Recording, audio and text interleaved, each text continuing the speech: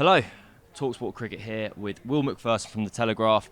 The sun is setting on the recently renamed Naranjan Shah Stadium. A lot of news has happened in about the last 45 minutes, mainly all revolving around Ben Stokes. We're going to focus on the kind of latest stuff as opposed to the actual cricket, the actual match, which has been covered extensively. Will, where to begin? Do you want to go DRS first or bowling first? Let's go bowling. That throws us forward to the rest of the series. Ben Stokes hasn't bowled since Lord's last summer, really long time, but he's slowly been kind of building up on this tour. I mean, slightly surprisingly, in the post-match wash-up here in Rajkot, he's opened the door to bowling again in this series. It's only it's 5 days since we last asked him about whether he'd bowl in this series, and he said no then. But he said he hit 100% intensity on the eve of this game in training, and has been bowling a little bit. I've seen him bowling before play on a couple of times of this game, and he sounds like he wants to bowl now. Whether the medical staff will give him a green light he is another thing, but he's saying that it has been consistently saying that the problem is not his knee anymore. Yeah. It's what bowling does to the rest of his body, and that's perfectly reasonable. We all know the stats about bowling, how it's 9 times your body weight goes through your front knee and all that kind of stuff. His front knee is also his dodgy knee, so he does need to be careful. But this is also Ben Stokes, and he lives in the moment. And there must have been a few times in this game when it was very flat, and India batted brilliantly, and England looked a little bit short on ideas where he would have just loved to have a ball in his hands.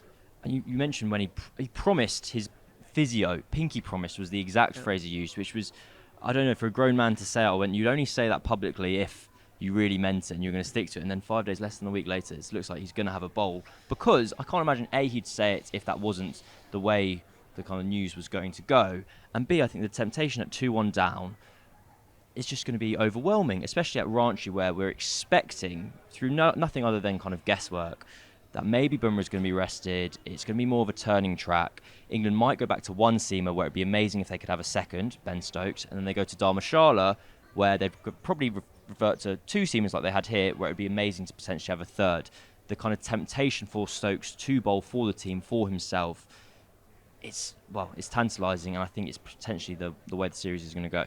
Yeah, I would agree with your assessment with how England might be mapping out their team for the final two tests. We're also in a must-win situation now. Stokes not only provides an extra bowling option, but it provides that side balancing option. England have struggled to balance their side here. They felt a seamer short in the first two tests. They also felt a spinner short here.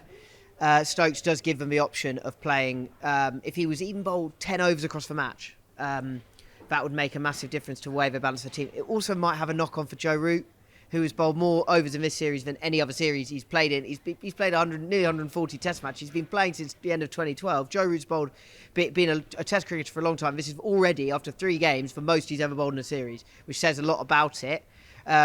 His batting is really struggling. He's lost form completely. He's really battling to get his form back, but he's also bowling a lot of overs, and he's working really hard in the field. He then goes and stands at slip. He's got a full-on workload here, Joe Root, like he's never had before. And I suspect Ben Stokes would love to just take a little bit of the heat off him.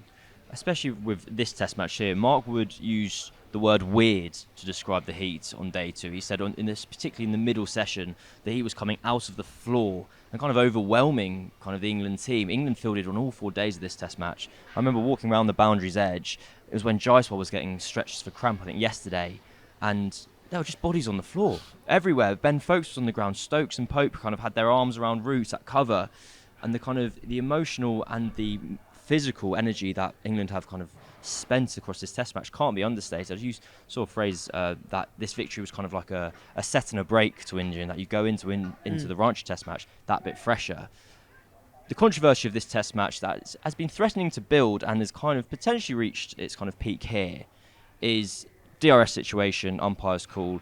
England are kind of very put out by the fact that the television replay, according to them, for the Zach Crawley dismissal showed a gap between the ball and the stump. They then had a conversation with the match referee Jeff Crow after the game, who said that all the numbers were fine. It did project that the ball was going to hit the stumps. It's just a kind of visual thing. It's a programming thing where it looks on the computer.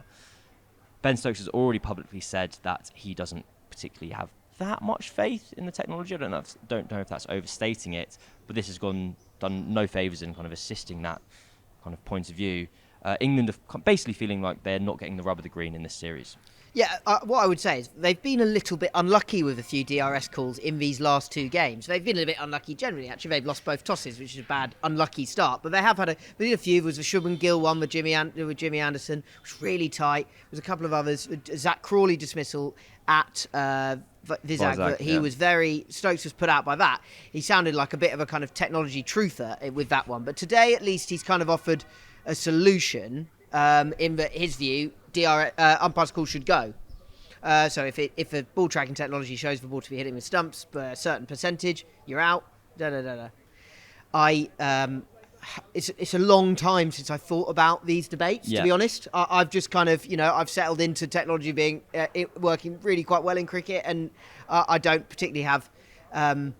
I don't know whether Stokes is just saying this in a really painful moment after a defeat. Sure. That's not really him, actually. I mean, it might look like a moan, but I don't see that being him.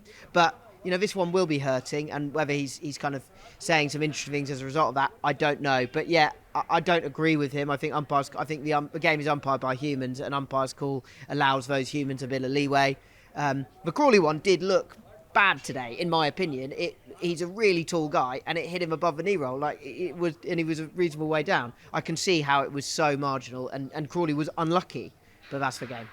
And kind of counterintuitively for Stokes, as somebody kind of doubts the technology, umpire's call is actually in there not for the human error, but for the technology error. They say there is this margin of error within kind of ball tracking. So when we think it's just clipping, right? Yeah, exactly. So if we think it's just clipping, it might just be missing or it might be hitting that little bit more. That's why we have umpire's call. Right, for those of you listening to us, this isn't a problem, but for those of you watching us, we are indeed losing the light. Make sure to get all your cricket stuff at talkSPORT Cricket on the radio, on the YouTube, following on podcast. I'm sure there'll be heaps to talk about up until the 4th test. Goodbye.